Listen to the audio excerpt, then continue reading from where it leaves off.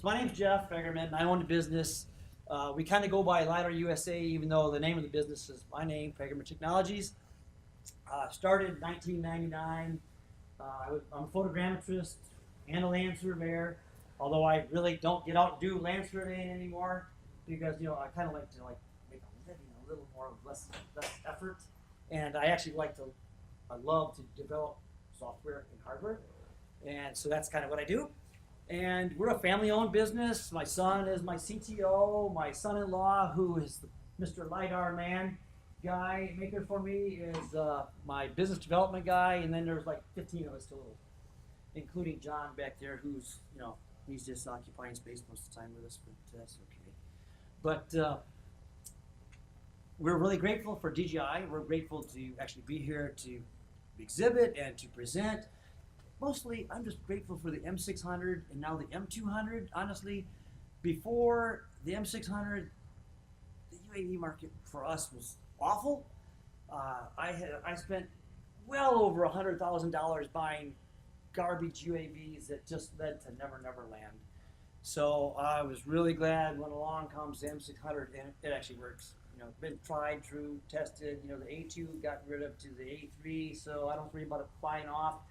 And we have, I don't know exactly how many M600 we've sold, but I've hazarded well over 100, maybe 200, 300. And none of our clients have actually had the M600 fly off. Okay. All the crashes that they've had, and there have been crashes, have been caused from, gee, we got a big wide open field, and somebody should check that there's a pole in the middle of the field, like a utility pole or a cell tower. So at 200 feet, 20 miles an hour, run right into the only lone pole.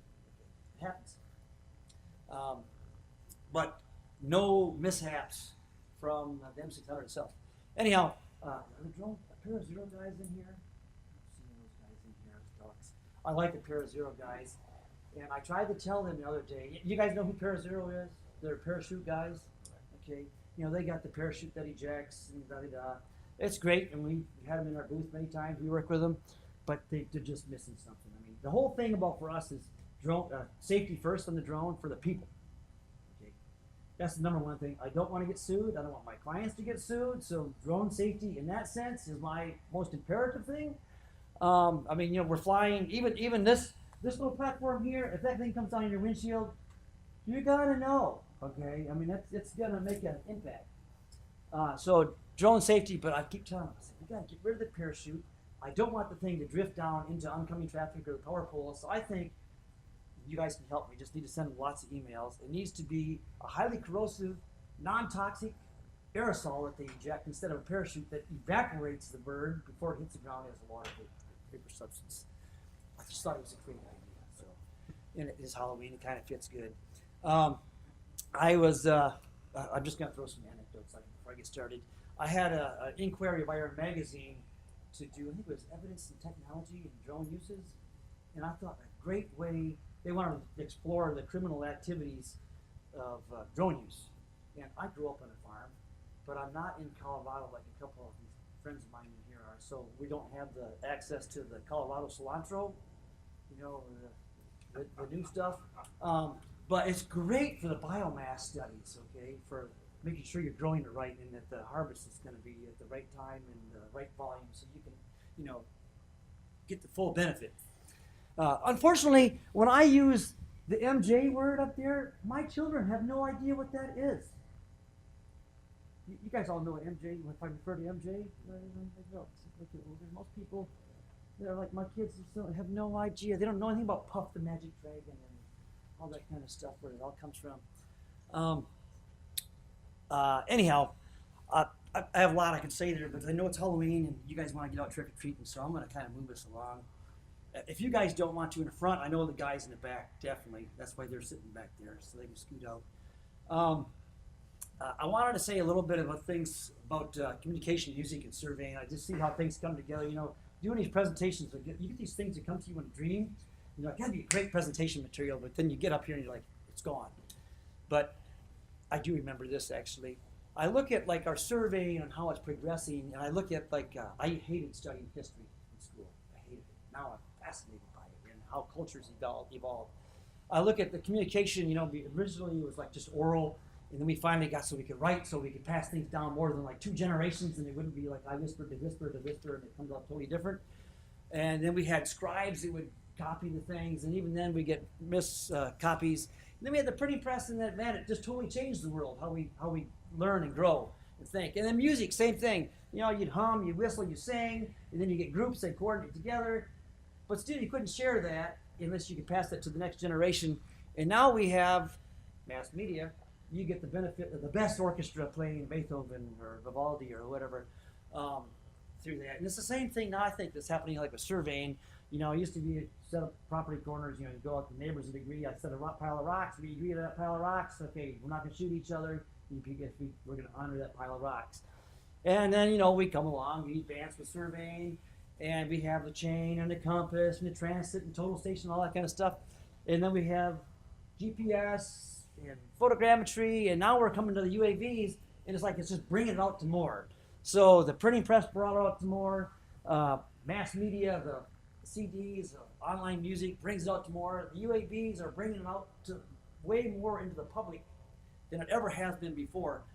And it brings along with it problems, but it also brings great solutions. Title of my subject was determined by DJI, actually, to be turnkey LiDAR system. So the question is then, what makes a turnkey LiDAR system? Well, I think we actually have a turnkey LiDAR system, and I'll tell you why by the end. First off, we have the M600. That was the number one thing that we needed. And then along comes the M200, 210, and of course the Wind series. We haven't really leveraged the Wind series because the M600 pretty much does everything we need to do. I want to point out that we look at the DJI products as just another vehicle for us. It could be a car, it could be a boat, it could be a rail. The DJI just gives us a really nice platform to be in the air without having to be like on a helicopter or a plane, safely and reliably and affordably. If we had these same products at $100,000, I don't think I could sell them. I mean, not to very many. It would be like to the telecom companies or the oil and gas kind of companies, or maybe a rail. Only guys who would buy like a couple. It would not be going out to the surveyors. It'd just be too expensive. Only to the brave surveyors. And the brave surveyors are the ones who buy the product right there. That's a $250,000 product. It's a Regal Bucks. On the M600, the M600 can carry it just fine. It weighs just over 4 kilograms. You can cover hundreds of acres actually in a single flight in the M600. They get just amazing, beautiful data. Regal does a really good job with it. But it's $225,000. It's a little bit on the steep side, so it's like most surveyors just don't want to venture off into that because that's like more than all their equipment they own. A lot of times, more than their trucks, their GPS units, and everything. Most of the time with the M600, particularly with the Velodynes, we get typically like 18, 23 minutes to if you use the 47S batteries or the 48S batteries. It's all very, very simple to use. Use DJI Ground Station Pro or Auto Flight Logic or Vici or any of the Drone Deploy, any of the flight planners to lay out your flight plans. Really simple. Everybody wants to make it complicated, but you all fly. It's not complicated to do that part of it. Yeah, those times we always land with 30% battery left because batteries tend to plummet. So we highly recommend don't going past that 30%. All of our systems pretty much weigh between 1 kilogram and 5. And it's where we plan to stay, maybe a little bit lighter. The M200, 210 series gives us that small advantage. If you ever watch when you go through the airlines, even though the M600 it has a gigantic case, with the casters on and everything, which you can take as airplane carry-on, or you can take like put it in a case. That's what we do. We do a case the size of the phone that the DJI comes in, the M600 comes in. We put it in a case like that. The smaller it is, the less brutal they seem to be to your luggage. There's nothing like looking out the airplane window and watching it fall off the conveyor belt from about this kind of height. Just kind of like, cringe. The M210 being lighter, even though it's got the flexible case, seems to be more durable with the airports. They just don't seem to have the urge to smash it like they do the heavier duty cases. I've literally had the Pelican cases in similar cases. They're supposed to be like indestructible. I've had it come back out of the airport with no handle on it. they somehow managed to rip it off. I have no idea how. I'd take a crowbar to get that thing off of that thing. It's not an accident. But the advantage of the M200, yeah, it's smaller. None of the batteries are a problem on airplanes. The problem for us is it's smaller and we don't have the payload we'd like to have typically. So you can forget putting a Regal scanner on these guys, for instance, because the Regal scanner by itself is already too heavy for the payload, and we need to have an INS and power for it and everything like that. So we kind of relegated to lighter weight LiDARs. Unfortunately, we have two. Hopefully we'll have 3 or 4 soon, but right at the moment we have 2. One is the Velodyne Puck Light, and the other one is the Quanergy. I wanted to say one thing about the Quanergy. So Quanergy, well, I'll get to that in a minute. So here's the Velodyne Puck. It's a 16 laser scanner, 30-degree field of view, 300,000 points a second, dual return. It's very nice. You can fly it roughly, most of the time we like to fly like 50 meters high. And most of the time we would use only the single return, 50 meters, 50. You might want to fly at 35, depending on what you're scanning. But I wouldn't fly at 80. 80 is too high. You'll still get stuff, but it's not the best stuff. So 50 is kind of our max height. We like to go with that. You always have a really good INS in it, not a FOG, fiber optic gyro. They're way too big. They're as heavy as the bird. But a good MEMS INS in here, so we can initialize quickly. We can get centimeter type level results. That's true for all our products, and we support a bunch of different INSs. We got the Novatel INSs, we have an OEM, we have the Atlantics, and we take the full suite of all of those, and then we have some other scanners we do as well. It all depends on what you want. We can build the thing to suit you, or we have off-the-shelf ones. Let's see.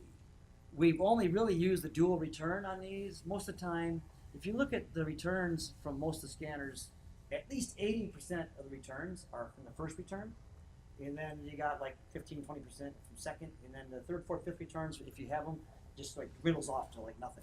But there are points there, and sometimes you need those few rare points that you get. But the Velodyne is all the Velodynes until the newest one are dual returns. Here is the Quanergy. You may have read an article posted in August by Bloomberg on the Quanergy, kind of slamming them. It wasn't written to be, it wasn't nicely written in any way at all. I can't say that it was wrong, that it was right. I wasn't there. I don't know. I can tell you this. I've had the Quanergy since basically 3 years ago, 2015. And as of earlier this year, it actually works. So I think the guy, when he wrote the article, was referring to all the previous incarnations of this. It works now. I've been so happy that it works. This scanner, it's 8 lasers instead of 16. It's got a 20-degree field of view instead of 30. But it really lets me fly at 120 meters, 122 meters. It has 150-meter range. I probably can fly higher than that. But if you fly at 80 meters, you get tons of data. It's 420,000 points a second as a single return, and it's triple return capable. It actually is capturing triple returns all the time. But it lets me fly at 120 meters. At 120 meters, I get a lot of points, 122 meters. At 100 meters, I get more than 10-fold as many points on the ground if I'm talking about in vegetation. And then at 80 meters, it's probably twice as many as at 100 meters. In either case, flying at 80 or 100 meters as opposed to flying at 50, if you're the pilot, it makes a difference. You're like, I'm clearing those trees by a good 150 feet now. I feel much better. I know I'm not going to crash, or I shouldn't. I'm not going to crash into a tree. So that's the really big advantage about this guy. Yes, a few more points. The accuracy is like 2.5 centimeters, which is pretty doggone good. That's the ranging of the instrument. But the extra flying height, that's what really does it. Here's another scanner. I've walked around to different conferences with this guy. It's almost ready for market. They're selling it, obviously, but I can't quite sell it to you yet because it's a little bit too noisy for my taste, so I'm waiting for them to clean that up a little bit. It's going to be a really good little scanner. It's got 2 lasers, one looking forward, one looking back, by plus or minus 9 degrees. It's got a 60-degree field of view, so it matches a lot of the cameras. I was talking to the Centera guy earlier today. That little camera I want to stick on our system from them, we already have one of them on it. It has a 60-degree field of view, so it matches perfectly. So same footprint. It's supposed to have less than a 3 centimeter ranging accuracy and dual returns. It's a lot lower point density, but it's because it's only doing 60-degree field of view instead of 360. So you kind of got to multiply it by that. So it's a little bit different, but it's lighter. The big thing about it is that is a lot lighter. It's 550 grams. So what we'd like to have is one that fits on the Inspire. Okay. I don't know how anybody in here has an Inspire. I know there are a lot of Inspires out there, and I would like to have one that fits on the Inspire. And there are 1 or 2 lurking around the corners that maybe will fit on the Inspire. I've been looking at them for at least a year. They still can't deliver. So I'm thinking it's still 6 months to a year before we actually get one that can fly in the Inspire without melting it in midair. Why? Why? Why the Inspire? Why the Inspire? Because there's a lot of Inspire users out there. That's why. I mean, I like the M200, but there's already a lot of people that have the Inspire that would like to have it. That's Way more. Oh, Consistent comfort. yes. Well, I agree. Inspire. I agree, but it's like anything. I've got GPS unit, and they're like, I want to use my old GPS with your stuff, and I'm like, it's the mixing of new wineskins with old wineskins with new wine kind of thing. And it's like whatever. So I'd like to leverage that for people who want the Inspire. And even without the Inspire, the smaller weight, fly longer. But honestly, that flying longer thing is kind of not quite all it seems to be, because most jobs I found, I was at the Tennessee Surveyors Conference listening to a competing company talk about we can fly 650 acres in a single flight. And one of the surveyors behind me stepped up and said, there's 350 surveyors in this room, and there's probably 4 companies here that do a project bigger than 200 acres in any given year. So the several 100-acre jobs, not it. Most of the jobs are 20 acres, 40 acres, 100 acres, and you can do those jobs in one flight. Okay. On the M600, we always tell people we do 60 to 100 acres on a single flight with the M600 with like the Velodyne 32. But I just sent Forrest, my son-in-law, with the LiDAR man. He's sending to Uganda, our first sail in Africa, and he had to scan an island with 700 acres. He did it in 2 flights from 80 meters.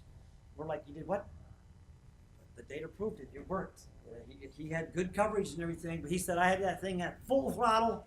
He could not see it at all from the moment it took off. The takeoff area was like 20 by 20 feet, and then there was an island of brush, and he could not see it at all. So what they did first was, of course, they already bought the system, so it's a lot easier for us.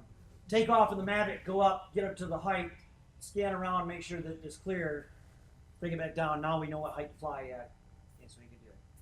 But 700 acres in 2 flights, not what I would say is a possibility, but obviously it is.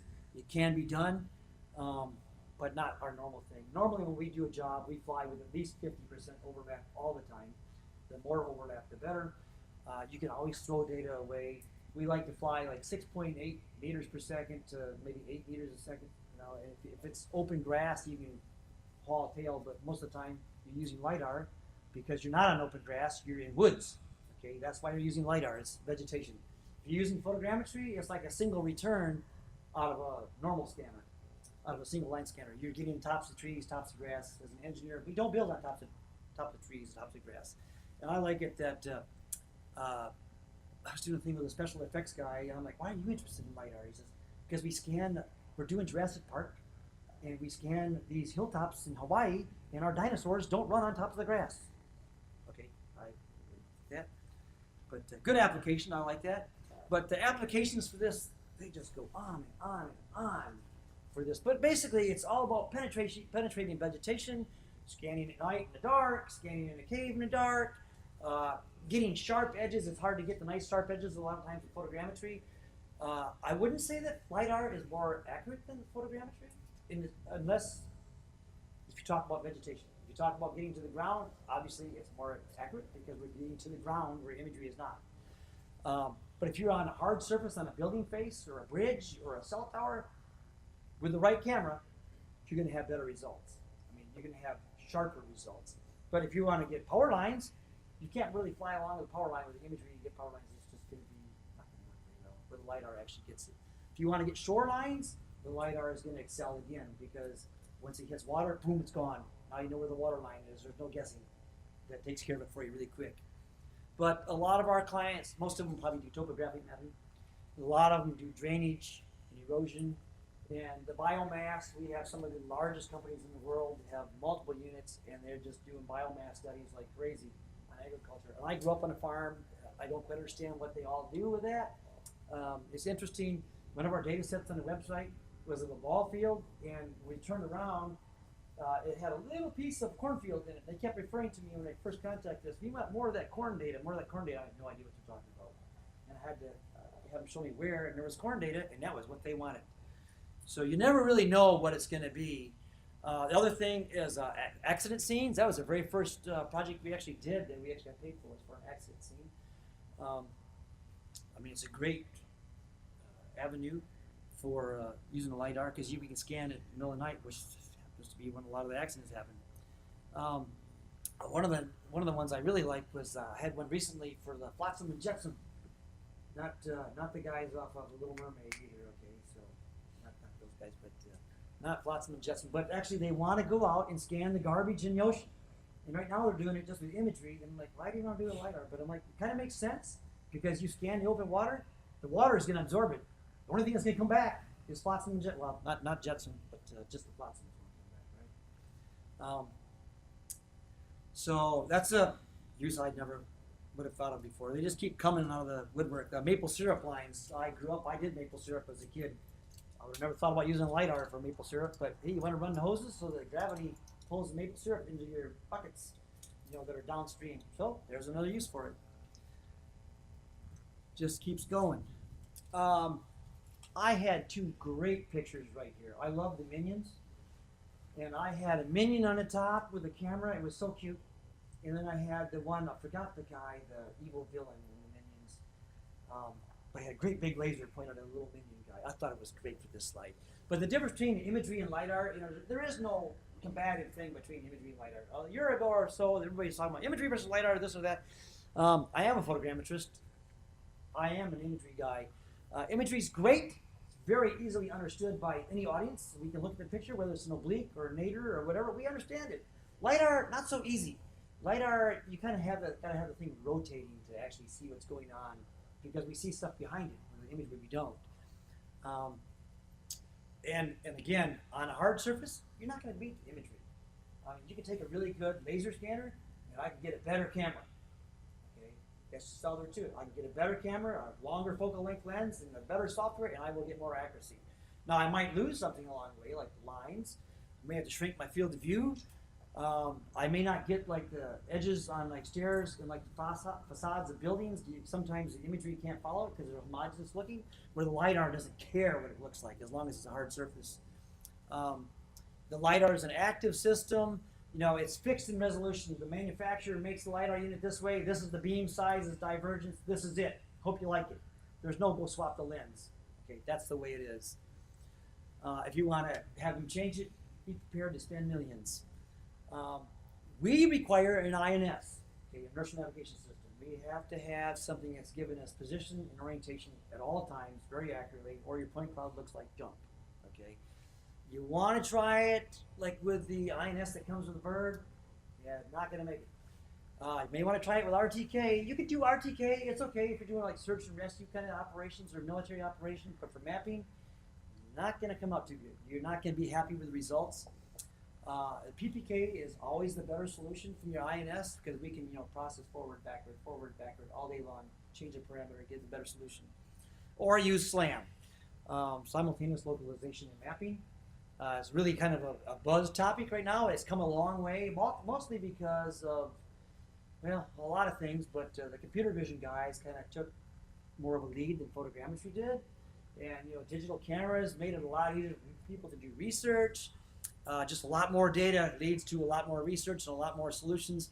And honestly, Velodyne coming out with like HD 64, the DARPA thing years ago totally changed everything, because now it's almost like you're getting a 3D picture all the time. So that really changed things.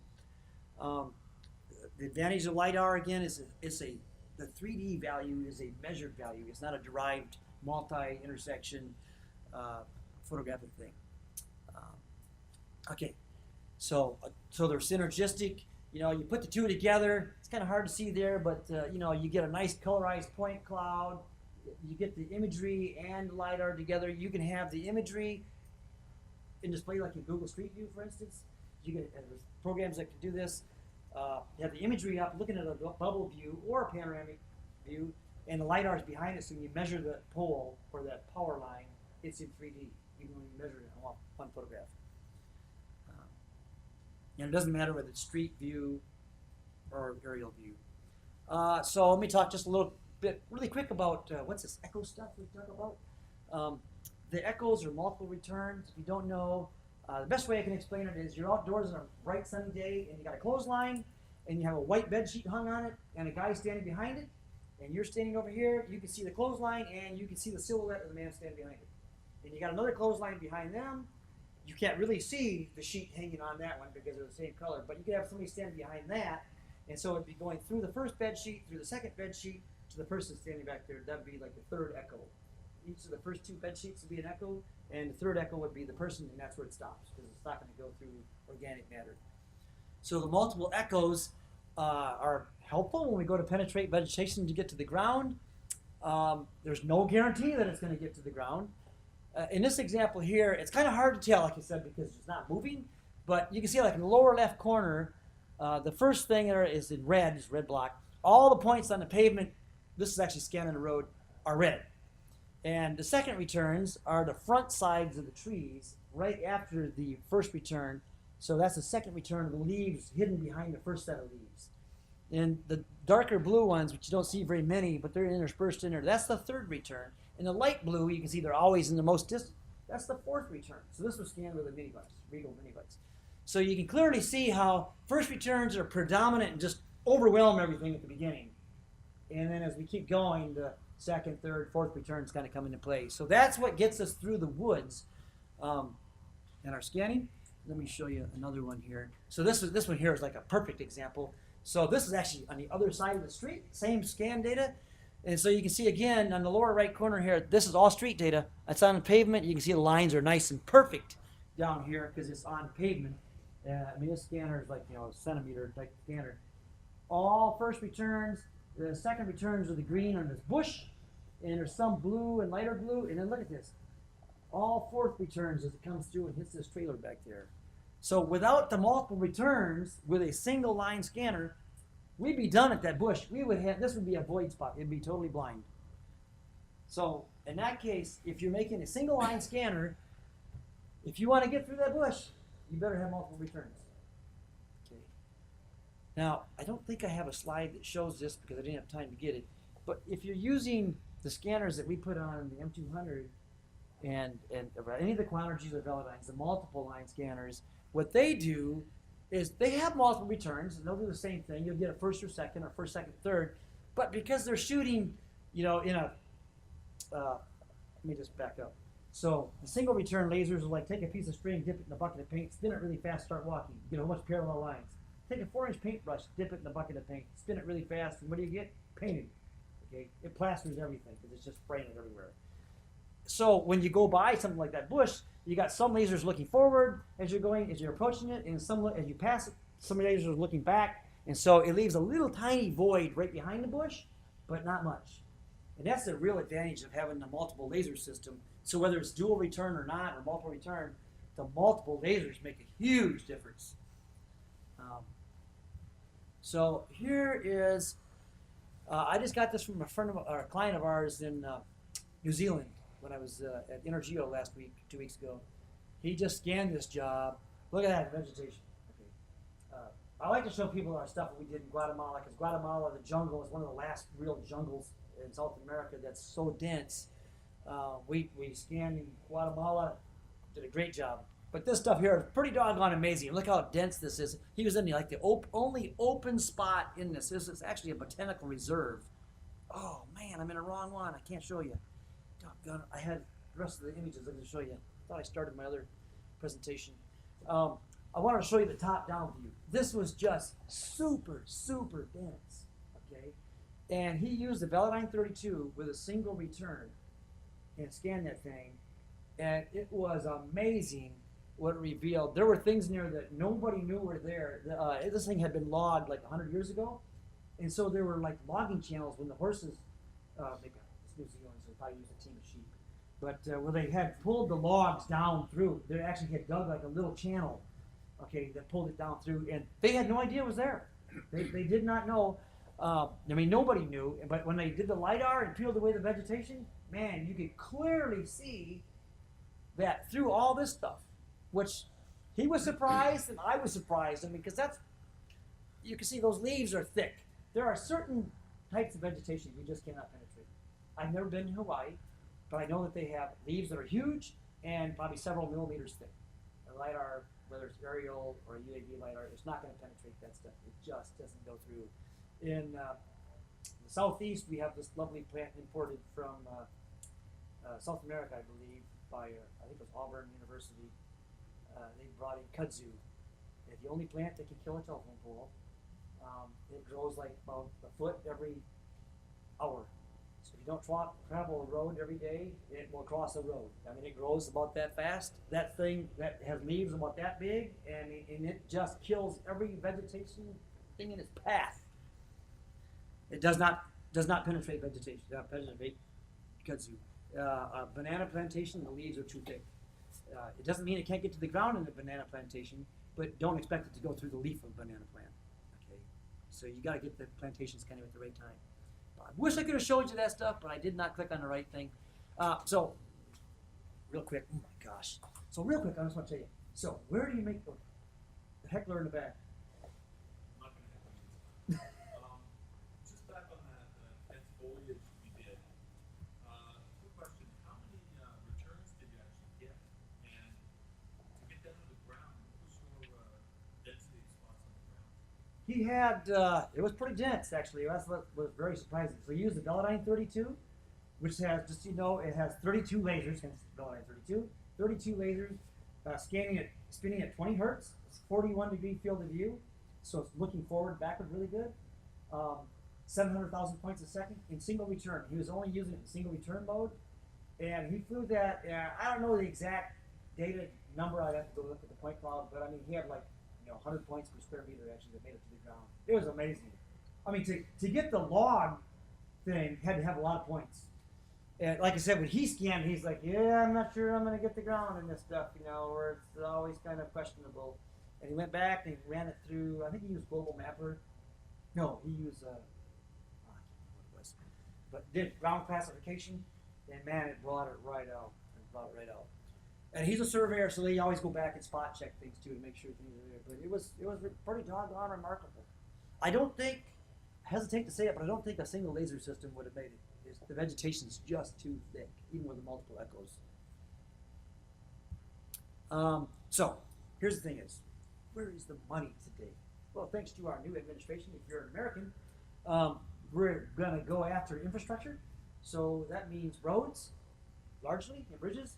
Road rehab, not building new roads. We're not building. I don't know of any new interstate that's of any real size going in, but road rehab is really a booming market right now. That's where it's really going to all happen, and pretty much any of these scanners can be used for that.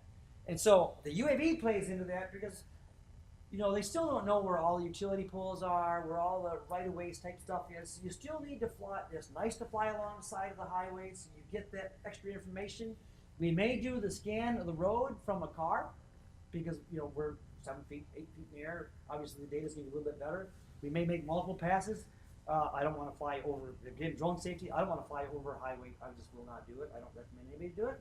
So a car is a lot better, but you still can fly along the edge of the highway, off 50, 100 feet to get the rest of the information because they do need to know that information. For one reason or another, they need to know that information. But road rehab is where things are really going to be popping for this industry, for the LiDAR industry, UAV LiDAR industry, whatever. We just need a way to go capture the conditions of the road. Right now, without doing LiDAR, it's not very economical. There are a few paymetric type systems out there that can do this. That's the name of the company, but they can get cracks and stuff. But we still need more data. I'm going to go through this stuff kind of fast because I know I'm running out of time, and the trick-or-treaters are calling. But you can see these things, the life cycle. If you can catch the things quicker in their life before they deteriorate, obviously you can fix it sooner for a lot less than fixing it later for a lot more. You can go back to. Yep. Thank you. Yep. Okay. I think they have all these presentations they mail out to everybody too, and post the videos. Okay, so typically, we go out. I usually do this, like I said, in my survey life. I've done a lot more cross sections than I really care to acknowledge. Usually the helpers you have doing the cross sections are not like top-notch people. You're paying them $8 to $12 an hour. They're kind of there at gunpoint. You're wondering if they're going to show up the next day. You're just hoping, like, leave your marijuana at home. Okay. Or other stuff. I mean, I literally have had to threaten people's lives that if you bring it tomorrow, you've had no job. We get cross sections 500 to 1,000 feet on an interstate. On a county road, you might get them every 100 feet. That'd be about it. But now we can do it way, way faster, get way, way more data, and it kind of leaves you with the engineer is now presented with a problem of, I've got data I never had before. I can make decisions I never could make before if I have the right software. That's kind of the key. So we got all the great data, but you gotta have the software to handle it. And that kind of is the conundrum at the moment, is where to go. I can give you, out of our system, a nice pure reference control point corrected point cloud, and where do you go? And my question to all my clients is, so are you an AutoCAD user? And they all say, yep. Are you a MicroStation user? Yep. They always use that. If they're in the US, they're also a Carlson user. Yep. Oh, and they also use Esri. You got all 4 products. So that which way you want to skin this cat is the question. How do you want to solve it? Which product? There's a lot of different vendors out there. You have Orbit, you have TopoDot. They're both built on MicroStation. AutoCAD themselves now has InfoWorks 360. It greatly improved. But that's the hard part. I can give you the point cloud. Where do you go? So I'm just going to show you some stuff real quick here. The hardware changes. Yes, very accurate. Lots of data. Way less expensive to collect it. You're not taking months. Nobody's endangered. We can get it much more timely. So then it comes back to the software.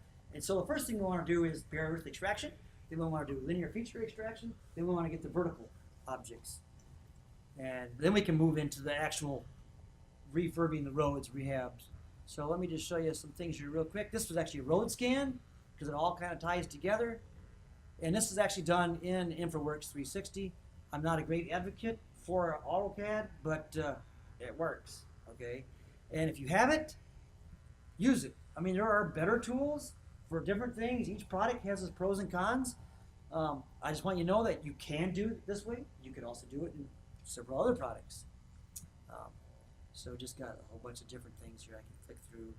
That was the whole series of things. There's here we're going to do lightweight point cloud. Now that's the thing is, so you do all this stuff. If you have Civil 3D and you dump our point cloud into Civil 3D, you're dead. Your computer's just not going to move it. You dump 2 billion points into Civil 3D, you're not going anywhere. Well, I won't even take it.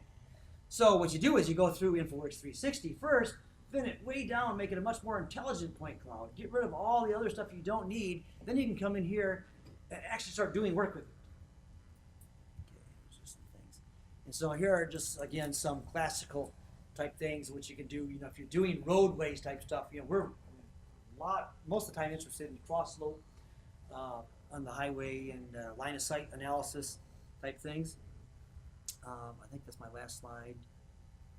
Yeah, it is. So what makes it a turnkey system? The system has to be easy to use. This system is, I can't imagine it getting much easier to use. It's as easy to use as the drone is to use. You literally mount it on here, which takes a minute.